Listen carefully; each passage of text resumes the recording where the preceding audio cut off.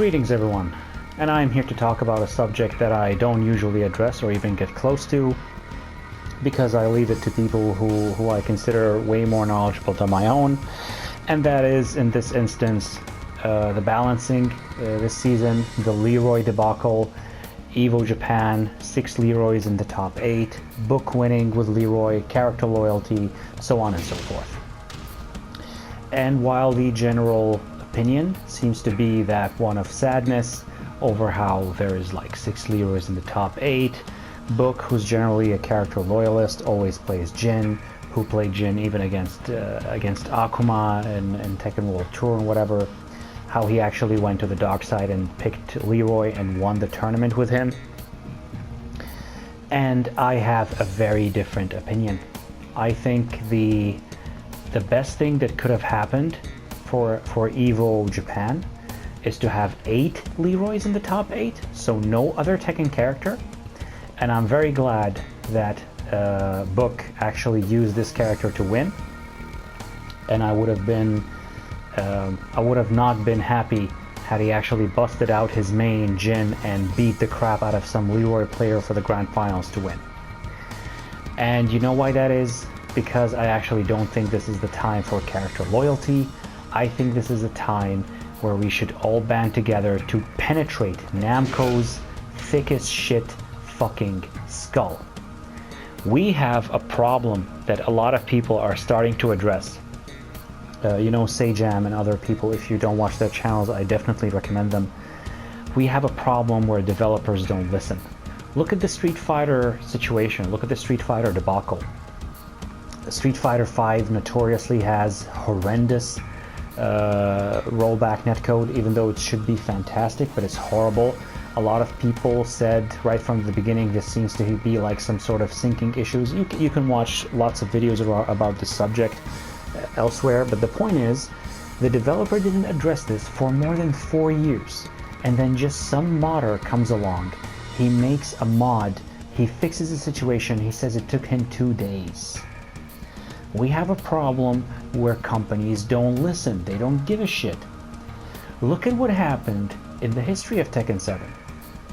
Look at the past that we had, specifically Season 2. Season 2, who were your top offenders? Everybody was talking about Geese, everybody was talking about Jin, everybody was talking about Steve. Back ones, forward 4, Geese's dick jab combo, back 3-2, whatever, max mode cancel. And people were not wrong. People were not idiots. It wasn't proven ultimately that everybody was just exaggerating and those moves were like nothing major. They did get addressed, but when did they address them? Only at the turn of a new season. In the middle of the season, they don't do shit.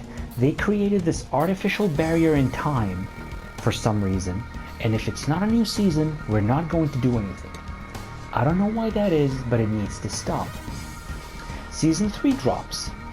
Everybody, every child on the planet realized right away, immediately, it didn't take people long, immediately people called it. They were like, Akuma is now number 1, he's way beyond what all the other characters are. And up until this moment, even with Leroy here, what has changed about that Akuma situation? Very little. Very little. Because it's not a new season. You have to wait until Season 4 if that ever comes out, or until Tekken 8, where Akuma is hopefully no longer included. So we have a problem. Our problem right now, what is the ultimate goal? The ultimate goal is getting this motherfucker on the right, getting his dick chopped off, because his strength is not hanging on a single move. There isn't one single thing that's like shining and he is building like a strategy around. This character is a monster, he's a travesty. He needs to get all his frames almost doubled in order for him to be even close to reasonable. So how do you force such a change out of a company that historically, if you look at it, have not done anything unless it's a new season, unless there's a huge noise around it? And the answer is definitely not with character loyalty. Had Book busted out his Jin and beat some Leroy player for the grand finals, I'm not saying they would have guaranteed it, but that would have definitely lessened and dampened the chances of this bastard getting the proper nerfs that he deserves. I am actually sad for completely different reasons than the ones that you would expect, but I'm actually sad that a Julia player made it to second place. Not because he's a bad player, he's obviously phenomenal. Making it with any character that's not Leroy, through that army of Leroys, through the top 8 of EVO Japan, and getting second place, losing to Book by a round or two, he's obviously a phenomenal player. But I wish the grand finals was a Leroy mirror. I wish the top 8 was 8 Leroys. Because that's how bad of a communication problem we have with Namco. We need this character nerfed. That's the ultimate goal. If you want your main to have a future, if you want your main to have a spot, if you want the game to be balanced again, you want to pick Leroy. You don't want to beat him.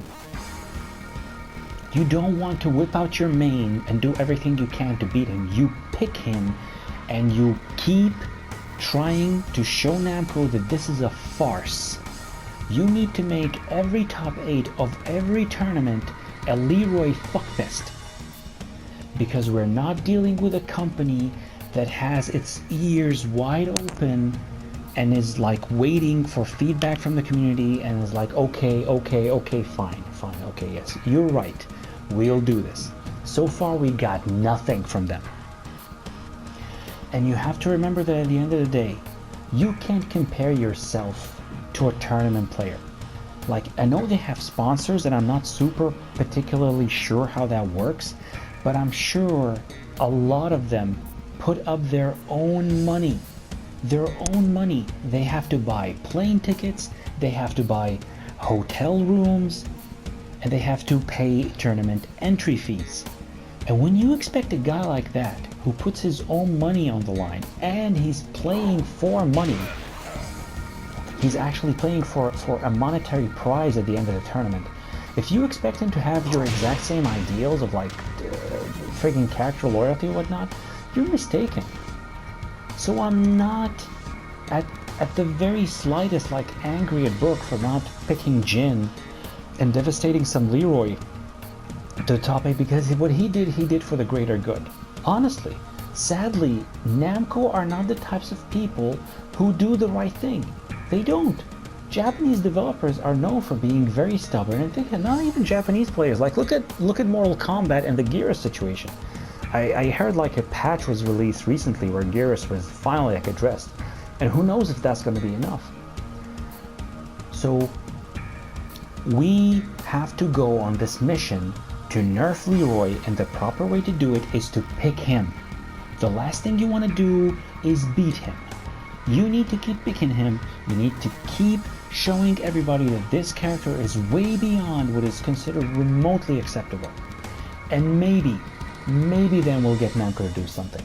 Maybe, hopefully then, the likes of Akuma in Season 3, the likes of Steve's and Geese's and Jin's in Season 2, maybe in the future those would get addressed a little bit more quickly. Maybe.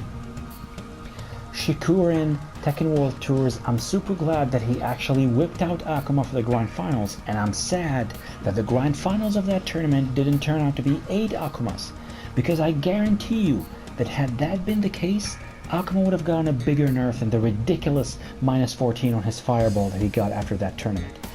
We all know that he deserved much more than that. Much more. So please think bigger picture. Identify the problem. Your problem is not Book picking Leroy. Your problem is Leroy existing. Your problem is Namco not addressing him. In order to do that, you have to force logic down their throats by making a mockery of one of the biggest tournaments this year and of every year, which is EVO Japan. And I believe more should be done. And if the developer is not willing to do something about it, then at least the community has to do something about it. If people don't, one of the greatest solutions would have been is for people to band together and say, okay, you know what, Leroy is banned in tournaments. We don't care what Namco says, this character is banned. And then maybe they would have addressed him sooner, because they're like, oh, we made this character, we want people to buy him and play him, but he's banned in tournaments, so he's not getting any screen time. So again, my view is that of community coming together to force the hand of a developer that is very deaf and is dealing with, like I said, artificially created barriers that are like preventing them from doing the right thing. And so that, I believe, concludes my opinion on this subject. Maybe in the future I'll address these matters further if this video ends up doing well. And I think that concludes everything I have to say on the subject. So, thank you all for watching, take care, and goodbye.